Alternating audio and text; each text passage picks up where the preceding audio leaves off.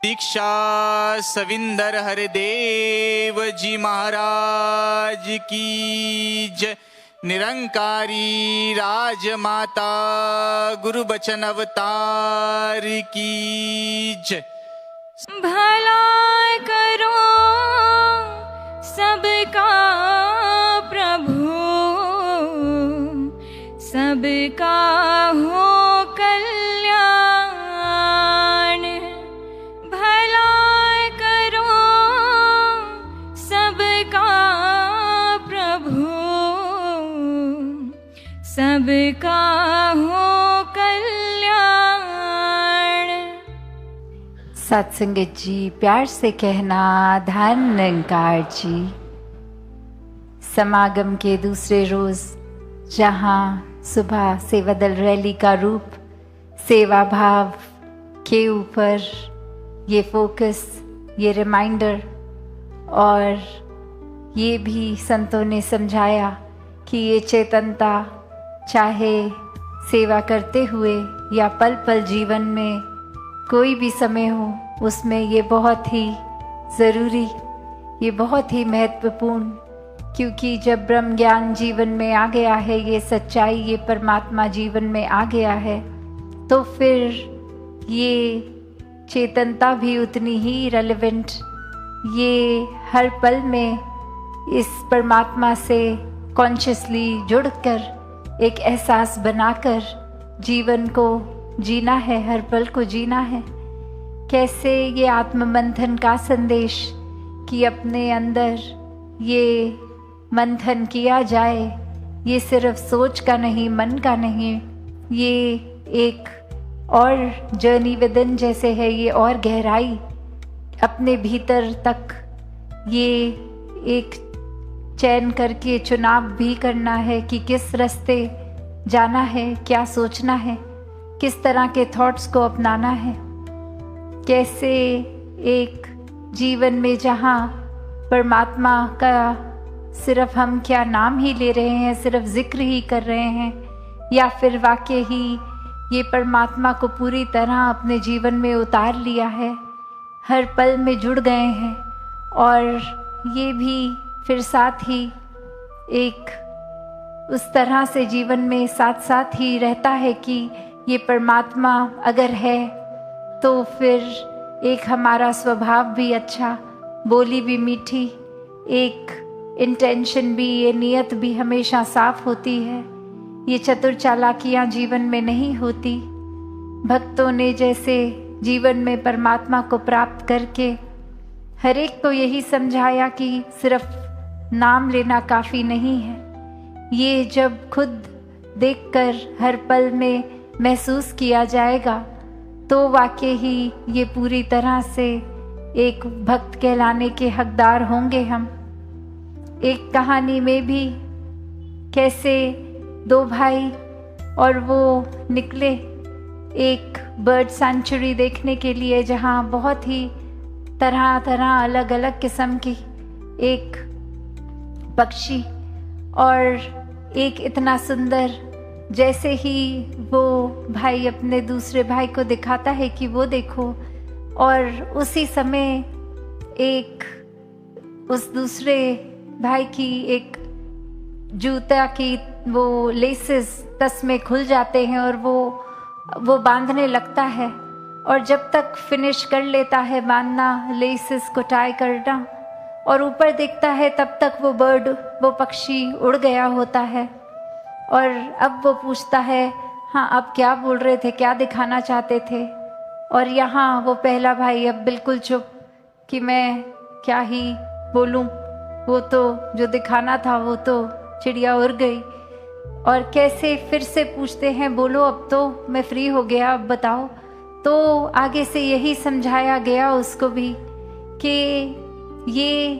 तो ऐसी चीज़ है कि अगर मैं जिक्र कर दूँ, डिस्क्राइब कर दूँ वो बर्ड कैसी थी, तो वो जस्टिस नहीं हो पाएगा।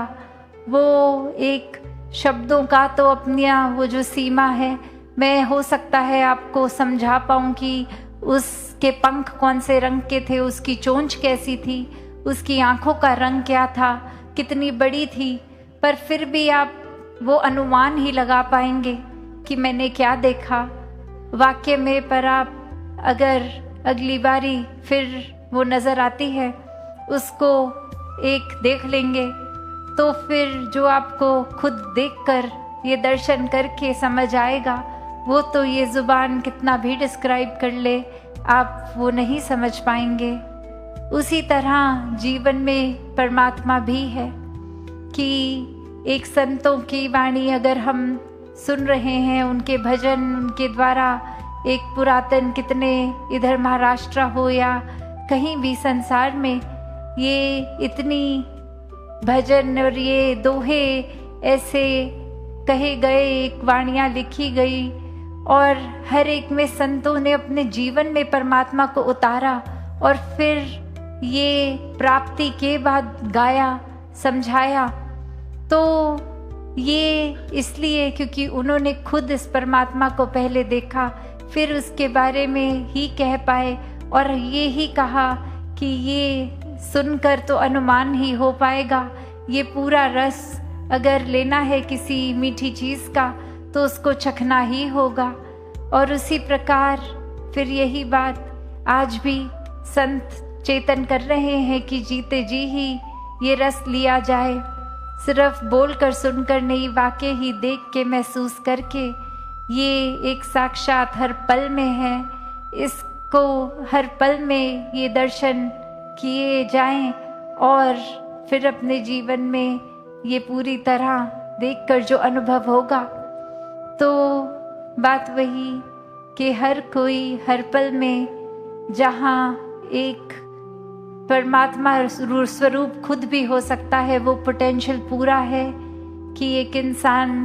का जन्म हुआ, ये इंसानी शरीर मिला, तो ये परमात्मा की प्राप्ति के लिए ही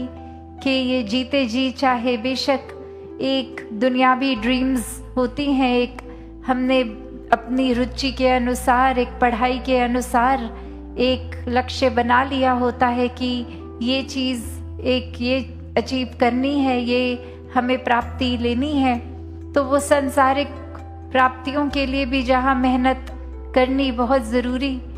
वहीं साथ साथ ये इंसान अगर स्पिरिचुअलिटी को एक सेकंड रुतबा देता है कि प्रायोरिटी ये नहीं दी गई, तो वाकई ही ये जीवन की सांसें भी आई और गईं, तो वो एक मुकम्मल जीवन नहीं हो पाया। क्योंकि ये आध्यात्मिकता ही, ये परमात्मा ही हर पहलू, हर एक पल में ये प्राइम, ये प्रायोरिटी ही होनी चाहिए। और सिर्फ अनुमान रूप नहीं, पहले दर्शन करके, फिर इससे प्यार करके, फिर भक्ति रूप में, चाहे फिर जो मर्जी जीवन जैसा भी हम चुने कि एक इस तरह का करियर अपनाना है, इस तरह की पढ़ाई करनी है,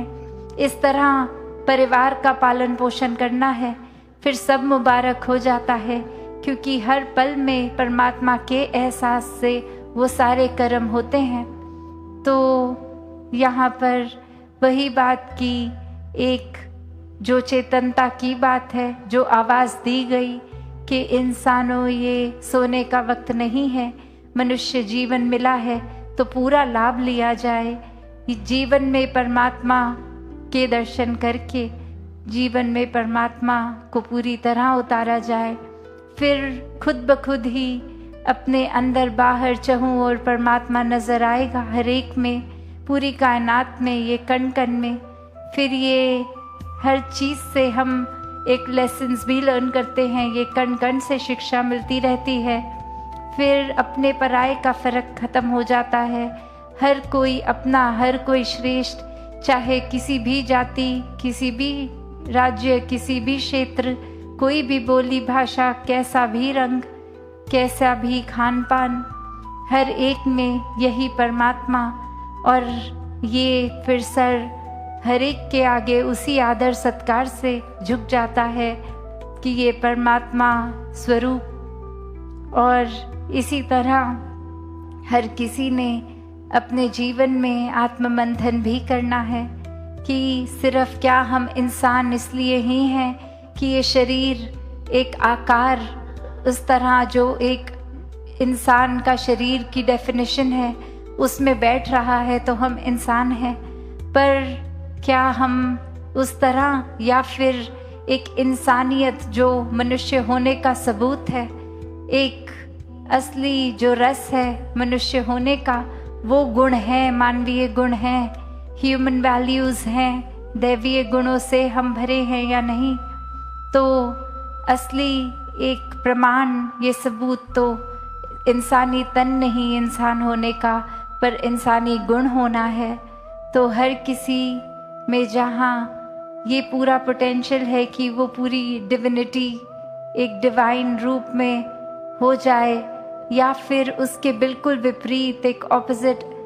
बिल्कुल ही एक जीवन शैतानों वाला जीवन, अहंकारी जीवन, एक क्रोध के युक्त होते हुए जीवन बिताना चाहें, या फिर एक बुरी आदतों में लगना चाहें, ये भी चुनाव। तो बात वही, जहाँ फरिश्ता होने का भी इंसान को दर्जा दिया जाता है, वहीं जानवर से भी बदतर। तो हर किसी में जहाँ चुनाव की ये चेतनता परमात्मा ने बख्शी है, ये चुनाव जब परमात्मा के एहसास में किया जाता है तो वो एक पॉजिटिव डायरेक्शन में एक सही चुनाव होता है। ये रूहानियत से भर के इंसान अपना जीवन एक पूर्ण मनुष्य होने का सबूत देते हुए जीते हैं और हर पल में परमात्मा को शामिल करते हैं। तो दासी और शब्दों का सहारा ना लेते हुए बाकी मन के भाव कल आपके सामने फिर से उपस्थित होके तब व्यक्त कर देगी सात संगत जी, धन निरंकार जी।